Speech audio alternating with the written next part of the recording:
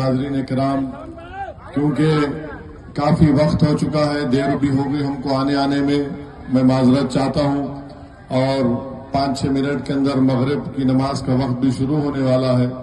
ہم آپ سے یہ اپیل کرنے آئے ہیں کہ آپ متحد رہیے، اور انشاءاللہ تعالی آپ کے بعد ٹھاکر گنج سے آپ مجلس اتحاد المسلمین کے بہت سے مسئلے مسائل ہیں، ایک فہرست ہے کاموں کی جو مجھے بتایا گیا کہ یہاں پر منڈی کی ضرورت ہے، یہاں پر انناس اور کیلے کی پیداوار ہوتی ہے اور ان کو ان کی قیمت نہیں ملتی ہے اور دلال اس سے فائدہ اٹھا لیتے ہیں۔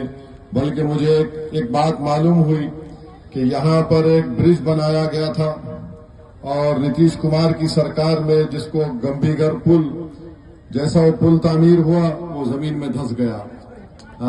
تو اب یہ بہت سے تکالیف ہیں، اسکول کی بلڈنگ نہیں ہے، روڈ برابر نہیں ہے، ڈالے گاؤں پنچایت مکھیالے سے اس کا کوئی جڑا ہوا راستہ نہیں ہے۔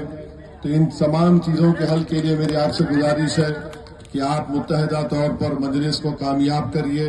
اختر الایمان کی قیادت میں بہار میں، سیمانچل میں مجلس آپ کی آواز، آپ کی مسائل کی ترجمانی کر رہی ہے۔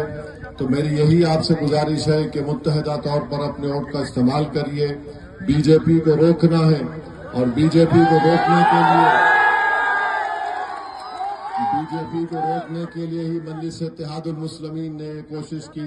مگر اگر ہماری اس کوشش کو کوئی کمزوری سمجھتا ہے کہ ہم نے خط لکھ کر ان سے گٹھ بندھن میں الائنس کی یا اتحاد کی بات کی، ہم کمزوری کی بنیاد پر نہیں لکھے بلکہ طاقت کی بنیاد پر خط لکھ کر دیے۔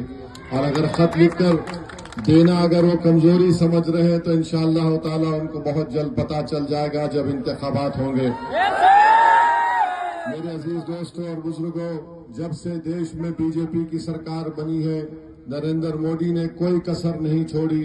مختلف سموداؤں میں غلط فہمی اور زہر پھیلانے کا کام انہوں نے کیا۔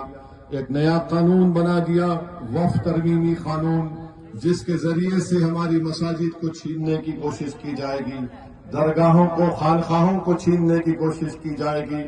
پارلیمنٹ میں نے بحیثیت رکن پارلیمان پوری کوشش کی، پورے قانونی دلائل کے ساتھ ہم نے کوشش کی اور کہا کہ یہ قانون وقف کی جائیدادوں کو بچانے کے لیے نہیں بلکہ وقف کی جائیدادوں کو لوٹنے کے لیے بنایا گیا ہے۔ تو انشاءاللہ تعالی ہماری لڑائی بی جے پی کے اور آر ایس ایس کے اس ایجنڈے کے خلاف شروع سے جاری تھی اور جاری رہے گی۔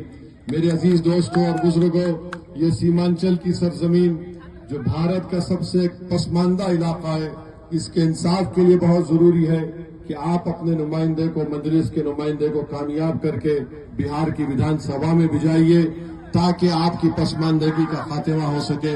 میں آپ کا تہ دل سے شکر گزار ہوں اور آپ سے وعدہ کرتا ہوں کہ الیکشن کے دوران میں دوبارہ آپ کے درمیان میں آ کر اپنی تفصیلی بات کروں گا۔